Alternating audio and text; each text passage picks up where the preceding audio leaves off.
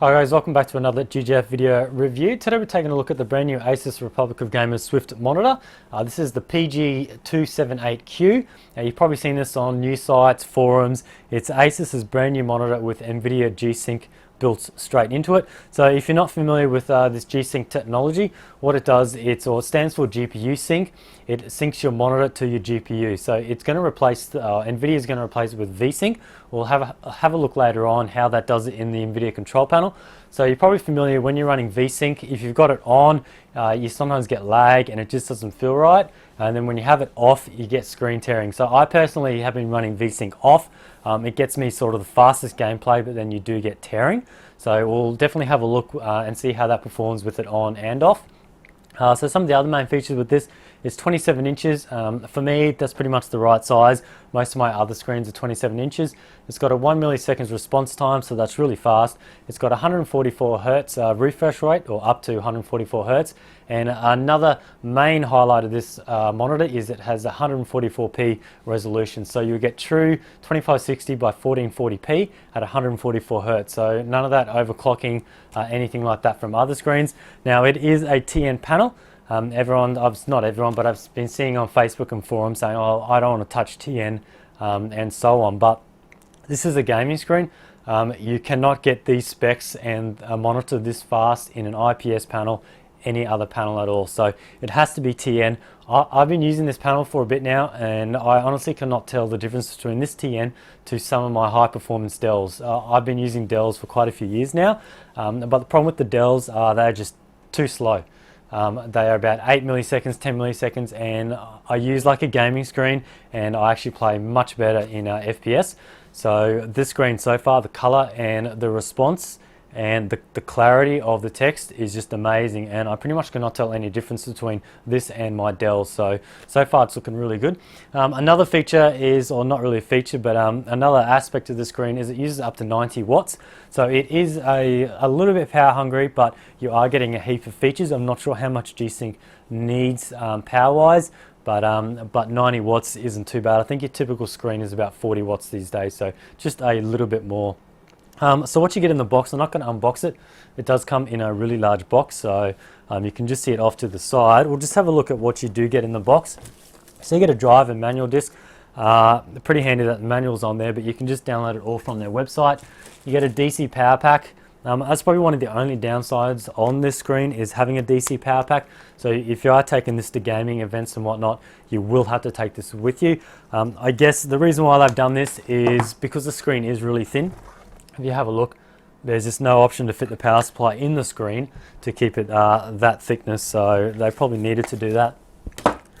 You get the power cable for the DC power pack. You also get a DisplayPort cable, which I've already unpacked, and it's on the PC already. And you get a USB 3 connector. So this does have a built-in USB 3 hub, so we'll have a look at that later on. So it's pretty sweet it's got that. So we'll have a look at some of the main features apart from the G-Sync. We'll have a look at some of the aspects of the screen and the aesthetic. So it has a 6mm bezel, so that is relatively thin. So I guess if you're crazy enough and you're going to be running 3 of these together, it will look really nice. I wouldn't mind seeing that setup done, but probably I won't be able to do that. It is a little bit larger down the bottom. It's probably a little bit bigger. So yeah, 6mm on the side. That is really nice to see. It's got a really nice stand. I'm loving this stand. A nice touch they've done is they've added the ROG, or sort of a red light, which is themed to the ROG red. So when the screen's on, the light is always on. When it's in standby, the typical red ROG logo is pulsating on and off. That's a nice touch. And when you turn the screen off, it takes a few seconds and then the light goes off. And I just checked in the menu before, and there's a nice feature to be able to turn the light on and off when you've got the screen on permanently. So if it's too bright for you, you can turn it off. So that's a nice feature they've done as well. Another nice little thing I noticed is if you look close at the base of the screen, it's got these nice little rotating dials. So it knows exactly when it's on the center, and it also can rotate nicely left and nicely right. And you'll probably notice that on most screens you buy these days, it's actually the base that rotates. It's on like a swivel. and then it sort of moves on your desk, and sometimes it stops, sometimes it starts. This screen doesn't do that at all. It just completely rotates on the base itself. So that's really nice as well, and it doesn't slide or anything. Another feature I really liked is it is VESA mountable. So most high-end screens you buy these days don't give you that option. I'm really liking that, and I think that is a must on screens these days. And it also tilts nicely, and it goes up and down, which is really nice. Another thing you notice, the stand, or sort of the main arm of the stand, does look pretty funky. That's because it does have a nice cable management hole for your two cables to come through. I do like that feature. It kind of groups them together. It's good they haven't gone overboard and made you sort of route the cables through the stand. They're just giving you a simple hole, and you can just pull your cables through, and it keeps them together. The controls are on the back, looking at the front on the right, on the back, or if you're looking at the back, they're on the left. You do get a really nice 5-way joystick. We'll have a look at that later on. I've been using the menu a bit, and it's a cinch to use with the joystick, and then you just have a few more controls down the side as well. The last thing we'll look at before going into the screen is the inputs. So you've got your DC in on the left, you've got your display port. Next to that you have your USB cable in, and then you have your two USB 3 ports out for, say, a hard drive or something. And then you've also got a service port, which you probably won't need to use at all. So not a whole heap of ports, but it's got the sort of primary ports that you need.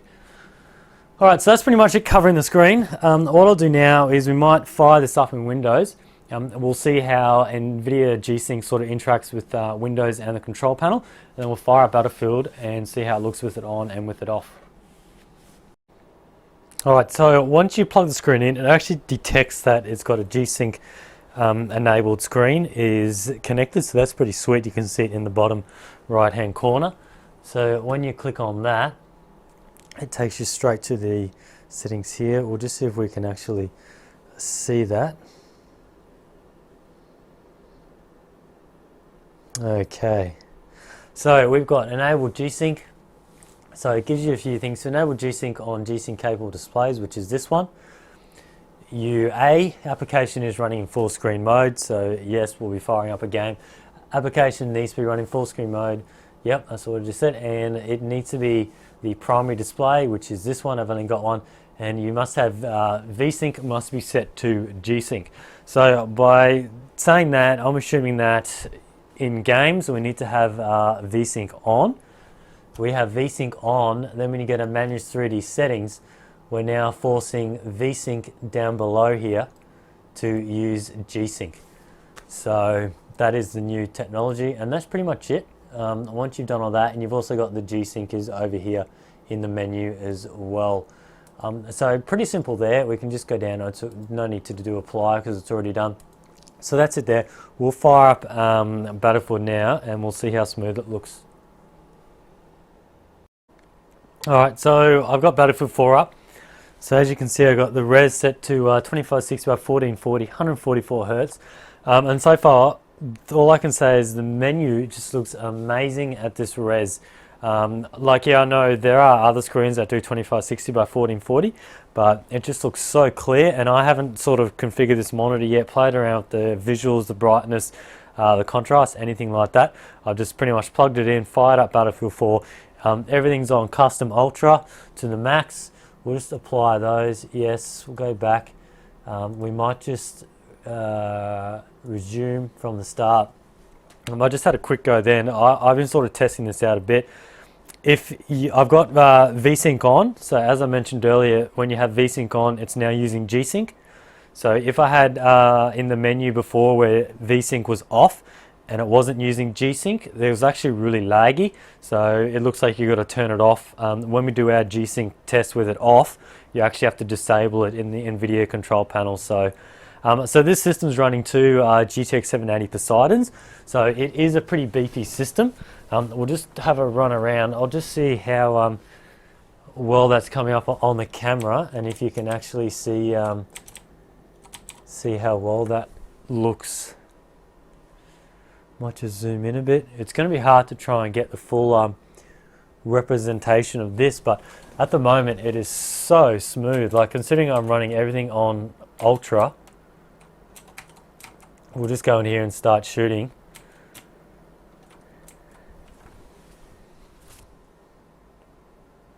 but it is going to be hard to see it. But like, there's just no screen tearing, there's no lag, there's nothing. Like, G-Sync's probably going to help better on machines that aren't quite as beefy, things like that. So when you got a high spec machine, it's probably not going to be as great, but it still runs very, very smooth regardless. So because the G-Sync technology is always working, whether you have a really good machine or sort of an older machine as well. I am using a cherry blue keyboard, which is my favorite, so it's probably going to be a little bit noisy.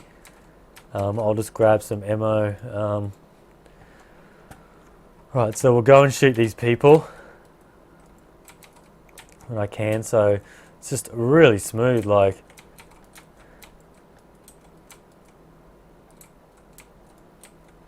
Come on, I can't even shoot yet, finally.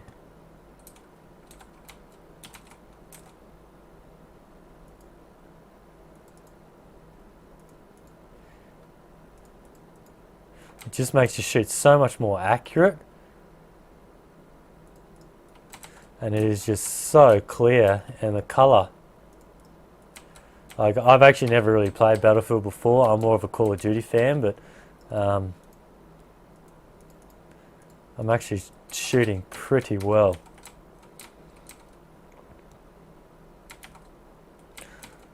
Alright, so yeah, you can see no tearing, no nothing. It is absolutely phenomenal how fast this screen really is.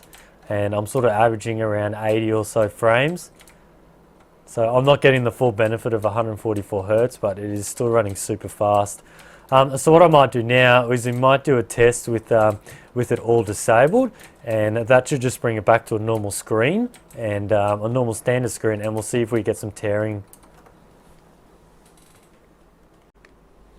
Alright, so I've now got G-Sync off and V-Sync off, so just running it as a standard typical display. It's going to be hard to test. I probably should have grabbed a completely different display, but there's not as much tearing as what I thought, but I can definitely feel it is. The mouse just doesn't feel the same after going from that. I guess if you've never used G-Sync, this would probably feel fine, but the fact that I've been using this with G-Sync quite a bit, it just feels like it's always a bit behind. It might be hard to pick up on the camera, but it definitely does feel different. So I guess it really just takes a sort of a testing out to be able to see how well G-Sync does work.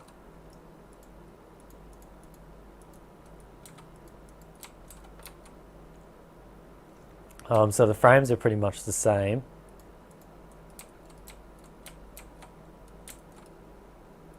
But yeah, just definitely with the mouse, not so much the movement, but with the mouse, kind of, when you have G-Sync on, it kind of feels like you're in sort of a turbo mode.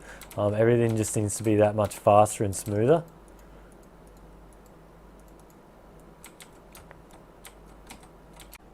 Alright, so the last area I want to have a look at on the screen is the menu features and how well the controls interact with navigating around the menu. So the joystick is the one at the top, so you simply just push it in to bring up the menu. We'll just zoom in on that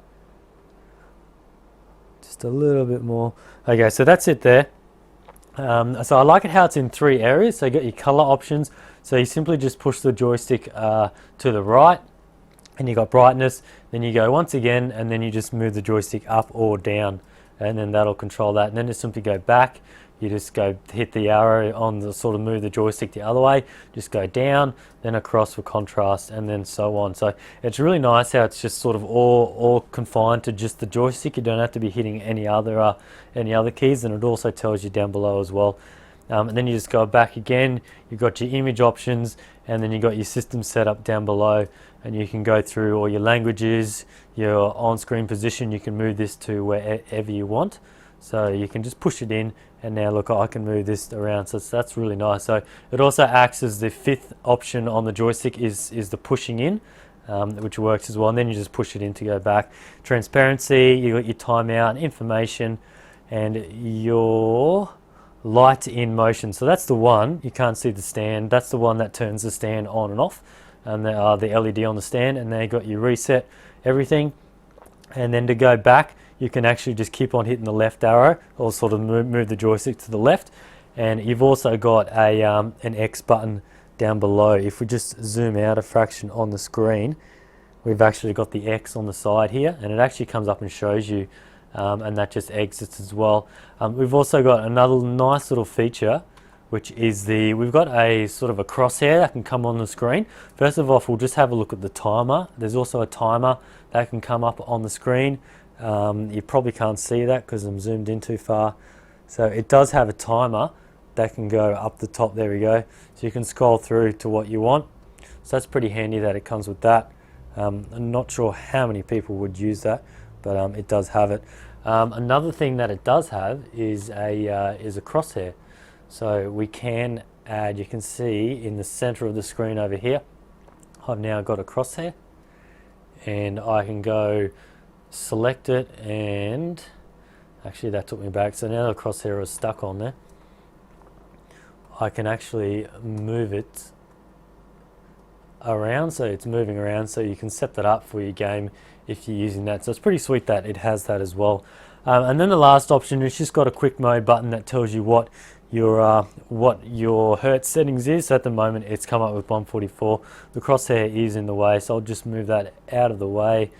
And then you've got your 144 hertz. So it is handy just to tell you if you're in a game and you're like, oh, hang on, what's my screen running at? In the sort of the Windows control panel, you can click on that straight away and it tells you right there, which is really handy.